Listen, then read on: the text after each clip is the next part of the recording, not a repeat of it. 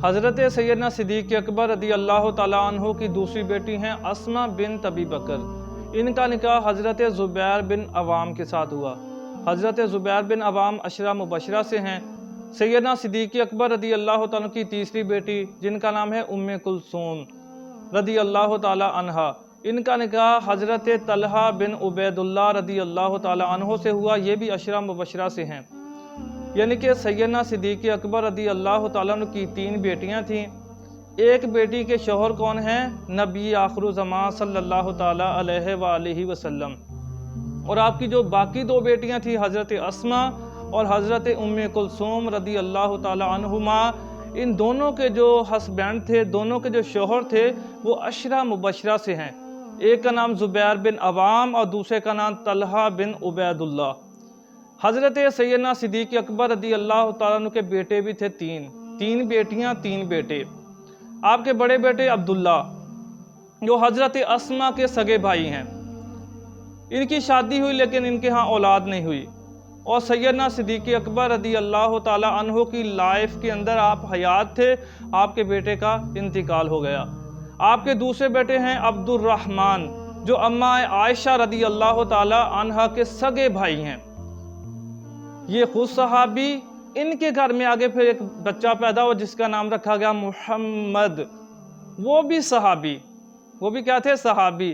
اس لیے کہتے ہیں سیدنا صدیق اکبر خود بھی صحابی، آپ کے بابا جان بھی صحابی، آپ کے بیٹے حضرت عبد الرحمن اور عبداللہ بھی صحابی، اور آپ کے پوتے حضرت محمد رضی اللہ تعالیٰ عنہ وہ بھی صحابی۔ مسلمانوں کے پہلے خلیفہ سیدنا صدیق اکبر رضی اللہ تعالیٰ عنہ کے تیسرے بیٹے ہیں جن کا نام ہے محمد۔ یہ اسما بنت امیس رضی اللہ تعالیٰ عنہ کے بطن مبارک سے پیدا ہوئے۔ حضرت اسما بنت امیس کے بارے میں پہلے میں آپ کو بتا چکا ہوں کہ حضرت جعفر بن ابی طالب رضی اللہ تعالیٰ عنہ کی زوجہ ہیں۔ آپ شہید ہو گئے تو حضرت ابوبکر صدیق نے ان کے ساتھ نکاح فرمایا، اور ان کے بطن مبارک سے اللہ پاک نے آپ کو ایک بیٹا عطا فرمایا، لڑکے کا نام ہے محمد رضی اللہ تعالیٰ عنہ۔ حضرت اسما بنت امیس یہ مولا علی کی بھابی ہیں، حضرت مولا علی رضی اللہ تعالیٰ کی کیا ہیں؟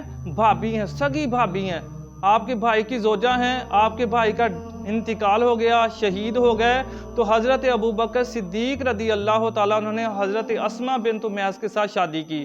آپ کے ایک بیٹا پیدا ہوا۔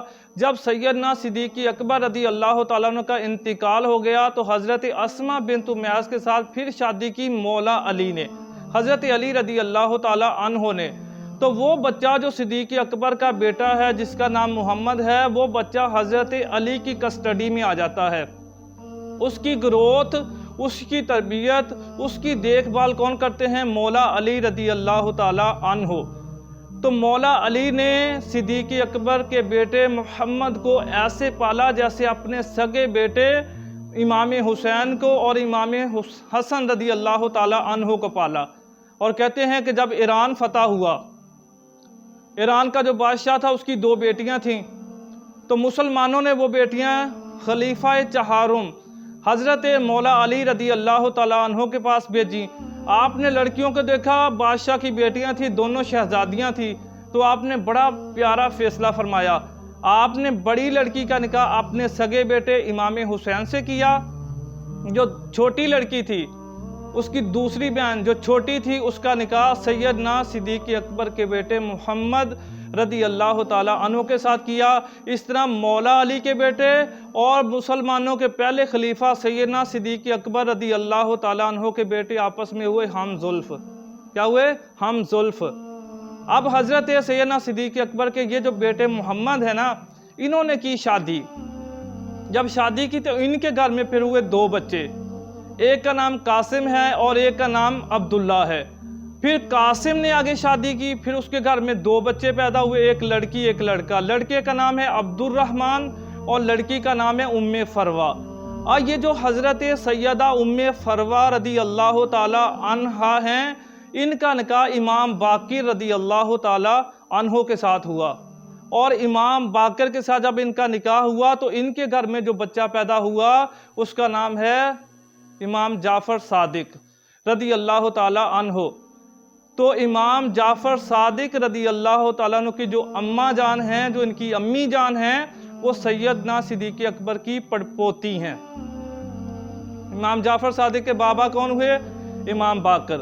امام باقر کس کے بیٹے تھے؟ امام زین العابدین کے۔ امام زین العابدین کس کے بیٹے تھے؟ امام حسین کے۔ اور امام حسین کس کے بیٹے تھے؟ مولا علی رضی اللہ تعالی عنہ کے۔ یہ کچھ تعارف تھا سیدنا صدیق اکبر رضی اللہ تعالی عنہ کے گھرانے کا۔ اللہ پاک ہم سب کو جو کچھ ہم نے سنا ہے اس کو یاد رکھ کر اسے آگے فارورڈ کرنے کی توفیق عطا فرمائے۔